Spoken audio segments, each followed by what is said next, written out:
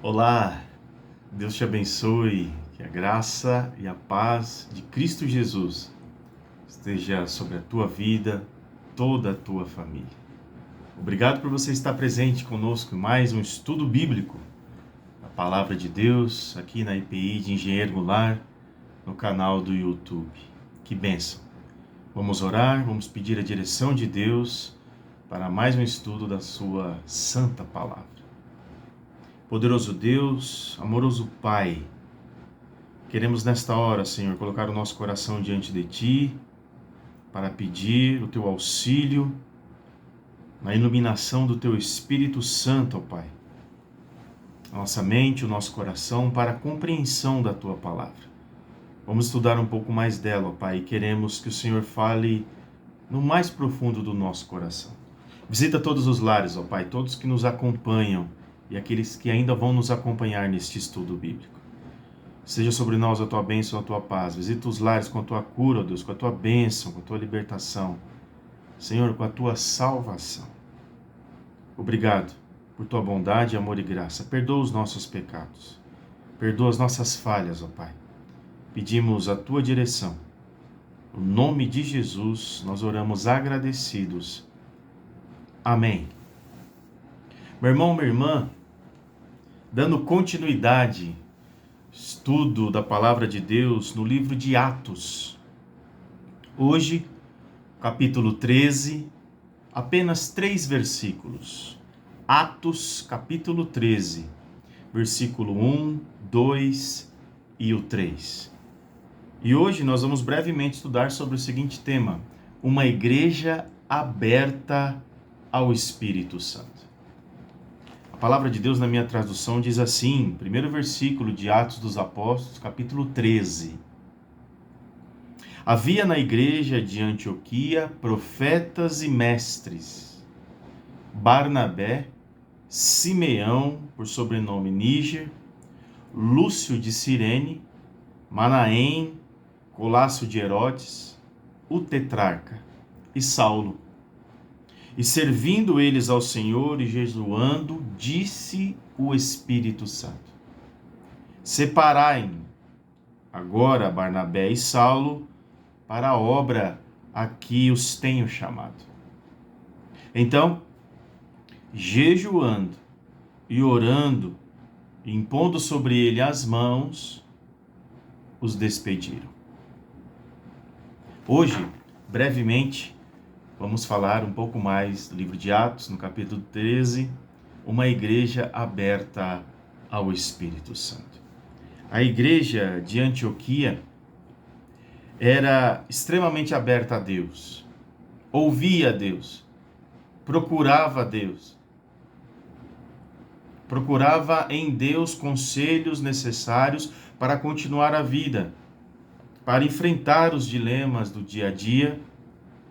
Ou seja, nós podemos aqui de antemão, de cara, concluirmos que Antioquia era uma igreja que dependia de Deus, buscava a Deus, tudo o que fazia, procurava nele as respostas para os dilemas no cotidiano. Ela estudava a palavra de Deus, isso nós podemos perceber aqui no primeiro versículo que nós lemos aqui em Atos capítulo 13. Ela estudava a palavra de Deus.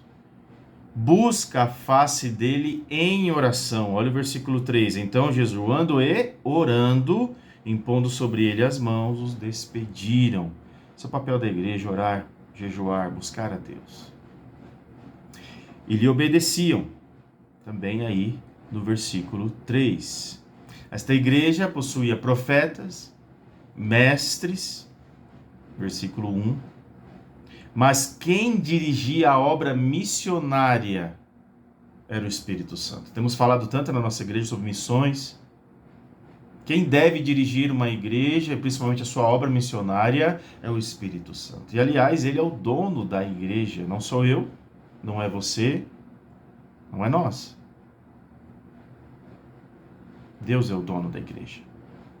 E através do seu Espírito Santo, ele toma as pessoas, ele age através das pessoas E através da obra missionária ele faz da maneira como ele quer. Seja feita a vontade sempre do Espírito Santo de Deus. Ele é livre, ele é soberano na condução dos destinos da igreja.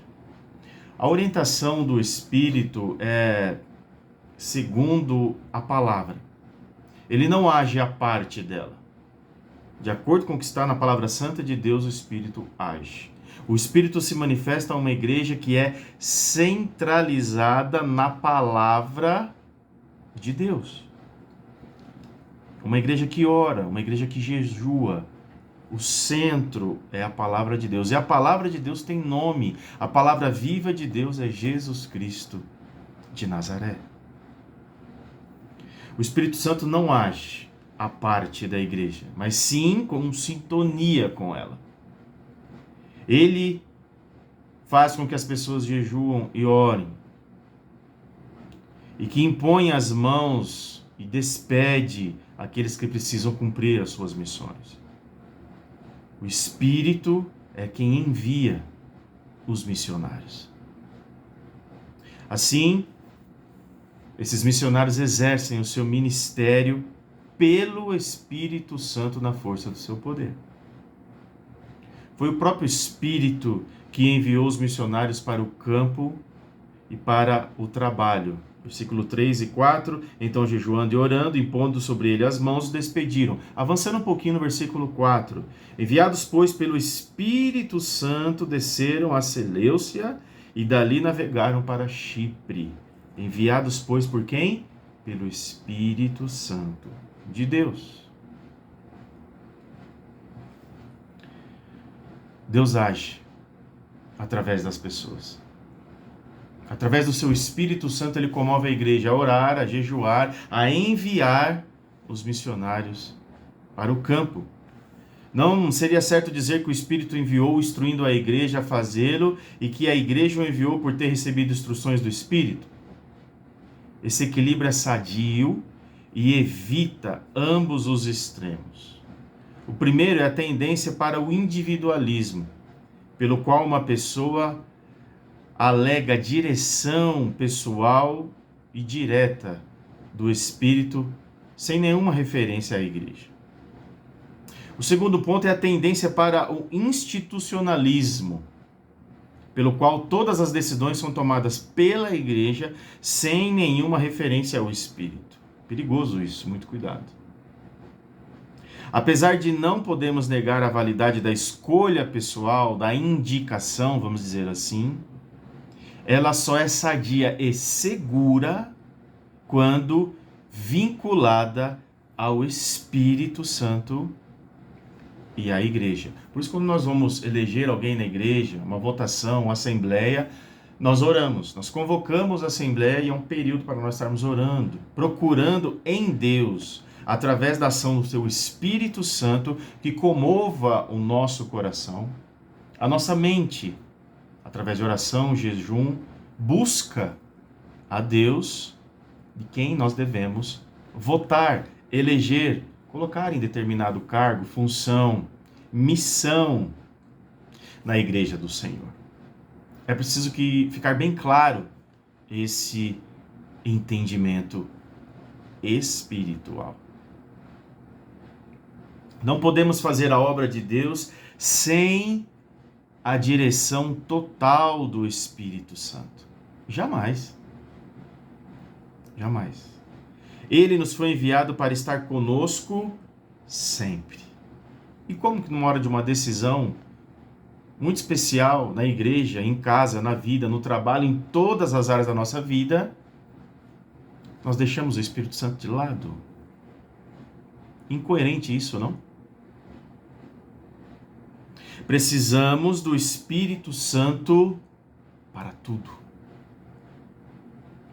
Dependemos do Espírito Santo para todas as áreas do nosso dia a dia.